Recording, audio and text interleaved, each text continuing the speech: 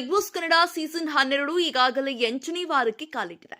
ಕಿಚ್ಚನ ಪಂಚಾಯಿತಿ ಬಂತು ಅಂದ್ರೆ ಸಾಕು, ಕಿಚ್ಚ ಸುದೀಪ್ ಅವರು ಯಾವ ಕಾಸ್ಟ್ಯೂಮ್ ಹಾಕ್ತಾರೆ, ಯಾವ ಸ್ಪರ್ಧೆಗೆ ತರಾಟೆಗೆ ತೆಗೆದುಕೊಳ್ತಾರೆ ಹಾಗೂ ಯಾವ ಸ್ಪರ್ಧೆಗೆ ಕಿಚ್ಚನ ಚಪ್ಪಾಳೆ ಸಿಗಲಿದೆ ಎಂದು ಪ್ರತಿಯೊಬ್ಬ ವೀಕ್ಷಕರು ಕಾತುರದಿಂದ ಕಾಯ್ತಿರ್ತಾರೆ.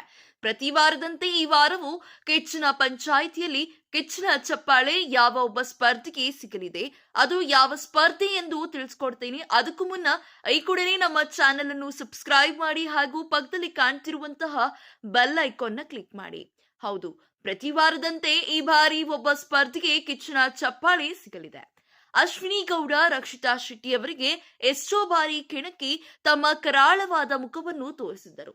ಗೆಜ್ಜೆ ಶಬ್ದ ಹಾಗೂ ನೀನು ಎಸ್ ಕ್ಯಾಟಗರಿ ಹೀಗೆ ಹಲವಾರು ಅಸಭ್ಯ ಶಬ್ದಗಳಿಂದ ರಕ್ಷಿತಾ ಶೆಟ್ಟಿ ಅವರು ಮನಸ್ಸನ್ನು ನೋಯಿಸಿದ್ದಾರೆ.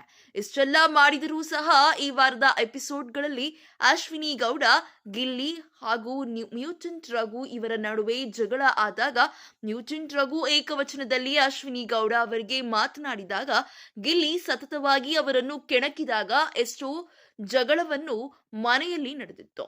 ಅಶ್ವಿನಿ ಗೌಡ ರಕ್ಷಿತಾ ಶೆಟ್ಟಿ ವಿಚಾರದಲ್ಲಿ ಎಷ್ಟೇ ನೋವನ್ನು ಉಂಟು ಮಾಡಿದರೂ ಅದನ್ನು ಮನಸ್ಸಿನಲ್ಲೇ ಇಟ್ಟುಕೊಳ್ಳದೆ ಅಶ್ವಿನಿ ಪರ ನಿಂತು ಸರಿ ಯಾವುದು ತಪ್ಪು ಯಾವುದು ಎಂಬ ವಿಚಾರವನ್ನು ಸರಿಯಾದ ರೀತಿಯಲ್ಲಿ ಅರ್ಥ ಮಾಡಿಕೊಂಡು ರಘು ಅವರಿಗೂ ಬುದ್ಧಿವಾದವನ್ನು ಹೇಳಿದ್ದರು ಹಾಗೂ ತಮ್ಮ ವಯಸ್ಸನ್ನು ಮೀರಿದ ಮಾತುಗಳನ್ನು ಆಡಿ ಗಿಲ್ಲಿಯವರಿಗೂ ಸಹ ತಮ್ಮ ತಪ್ಪು ಏನು ಎಂದು ಅರಿವು ಮಾಡಿಕೊಳ್ಳುವ ಹಾಗೆ ಬುದ್ಧಿವಾದವನ್ನು ರಕ್ಷಿತಾ ಶೆಟ್ಟಿಯವರು ಹೇಳಿದ್ದಾರೆ.